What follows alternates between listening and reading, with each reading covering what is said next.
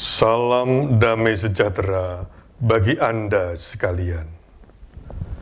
Berjumpa kembali dalam renungan harian Gereja-Gereja Kristen Jawa, Klasis Semarang Timur. Saudara, perubahan terus terjadi, suka tidak suka, banyak atau sedikit, semua mengalami perubahan. Sepi menjadi ramai, kecil menjadi besar, lurus menjadi bengkok, berkembang dan berbuah. Perubahan itu terjadi di sekitar kita. Namun sebenarnya kita pun sama mengalami perubahan. Sadar tidak sadar, mau tidak mau, ada yang berubah dengan cepat, ada yang berubah dengan lambat, ada yang berubah dengan normal, ada yang berubah dengan frontal. Pertanyaannya, perubahan itu terjadi karena apa dan untuk apa? Firman Tuhan hendak kita dengarkan dari Kisah Para Rasul 26 ayat 14 sampai dengan 16 dan 19. Kami semua rebah ke tanah, dan aku mendengar suatu suara yang mengatakan kepadaku dalam bahasa Ibrani, "Saulus, Saulus, mengapa engkau menganiaya aku? Sukar bagimu menendang gegalah rangsang." Tetapi aku menjawab, "Siapa engkau, Tuhan?" Kata Tuhan, "Akulah Yesus yang kau aniaya itu. Tetapi sekarang bangunlah dan berdirilah.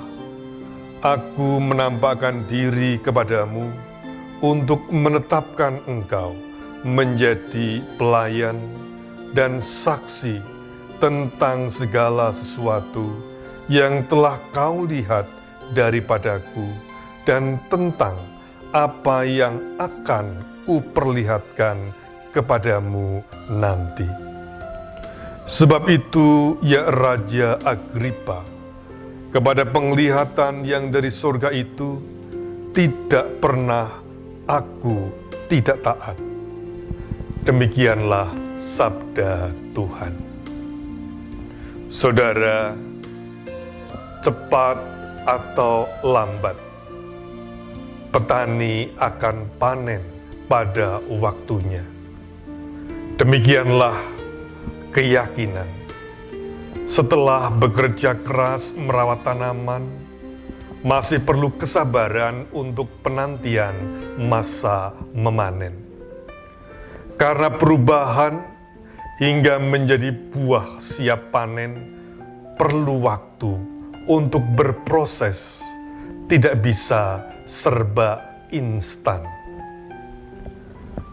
Perjumpaan dengan yang ilahi memang selalu menggetarkan. Demikian pula perjumpaan Saulus dengan Yesus yang mengubah hidupnya secara radikal. Dalam perjalanan ke Damsyik untuk menangkap pengikut Yesus itulah ia justru mengalami titik balik. Saulus mengalami perubahan yang drastis dan cepat. Bukan hanya namanya berubah dari Saulus menjadi Paulus, melainkan juga ia mengalami perubahan orientasi dalam hidupnya.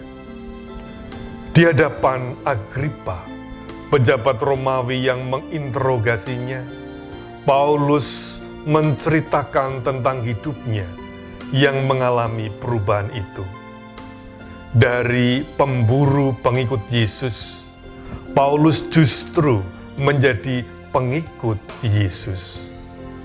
Bagi Paulus jelas, semua perubahan ekstrim yang terjadi dalam hidupnya menyatakan ketaatan dan pertobaatannya yang penuh totalitas kepada Allah. Yang ia kenal di dalam Yesus Kristus. Karena pelayanan Paulus yang penuh totalitas itulah, karya Allah di dalam Yesus Kristus diwartakan dan berdampak hingga ke ujung dunia. Ada orang yang berubah secara pelan tapi pasti.